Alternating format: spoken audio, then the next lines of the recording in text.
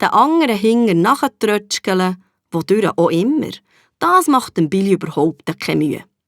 Gut, die meisten Rosse sind nicht so gerne alleine durch das Gelände unterwegs. Sie sind auch ruhiger, schauen und hören viel mehr auf die Umgebung als sonst.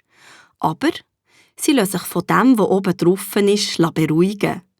Nicht so das Früchtli Billy. Wo die Reitgruppe linker Hand in einen Waldweg einbiegen, müssen alle ihre Rosse machen anzuhalten. Die Patricia hat schon angesagt, dass alle die Zügel annehmen müssen, das Kreuz strecken, das Gewicht im Sattel zurücknehmen, für die Bremsung einzuleiten. Brrrr, steh, ist das, was die Milli dazu sagt. Die meisten von diesen Rossen werden auch für das Kutschenziehen gebraucht. Durch das sind sie sich gewandt, gut auf Wort zu hören. Der Billy versucht, ein extra Zügel zu nehmen und taucht mit einer geilen Bewegung mit dem Kopf Richtung Boden.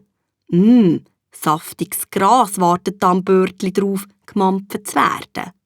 Aber diese Rechnung hat ohne Lucky gemacht. Energisch gibt er einen Ruck über einen Zügel, den er immer noch fest in der Hand hat. Der Überraschungseffekt ist in die Hose gegangen. Das Gras ist nicht in Reichweite. Schön schade. Ha, der Lucky weiss halt, dass er eine verfressene Gestalt unter dem Sattel hat. Gut schauen, Hand raushaben, einsporen. Das alles ist auf dem Ross genau gleich Pflicht wie auf dem Velo. Schon gleich haben die Autos still und lassen die Gruppe durch.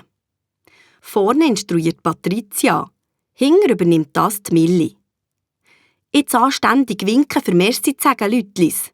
Es haben schon sonst viel das Gefühl, alle, die auf einem Ross oben hocken, sind eingebildete Trottel.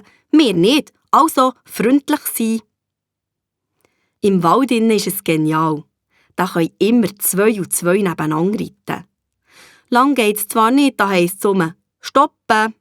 Nachgurten ist angesagt. Je nach Sattel gibt es fein ein bisschen Turnübungen, für das vom Ross aus zu erledigen. Beine führen und 1, 2 oder mehr Löchli nachziehen. Unterdessen sind seit dem Start gut 10 Minuten vergangen. Die Muskulatur der Vierbeiner ist im Schrittzäuferli aufgewärmt worden. Jetzt kann eine schnellere Gangart eingelegt werden. Zügel kürzer nehmen, parat machen zum Antraben. Zuerst wir einen Moment lang aussitzen, dann könnt ihr leicht reiten. Also, Schenkel anlegen, ein Ruck aus der Hüfte und terab. In der vorderen Reihe hat es eine Stute nicht für nötig gefunden, schneller zu werden, so dass es bald ein Gemurks gegeben.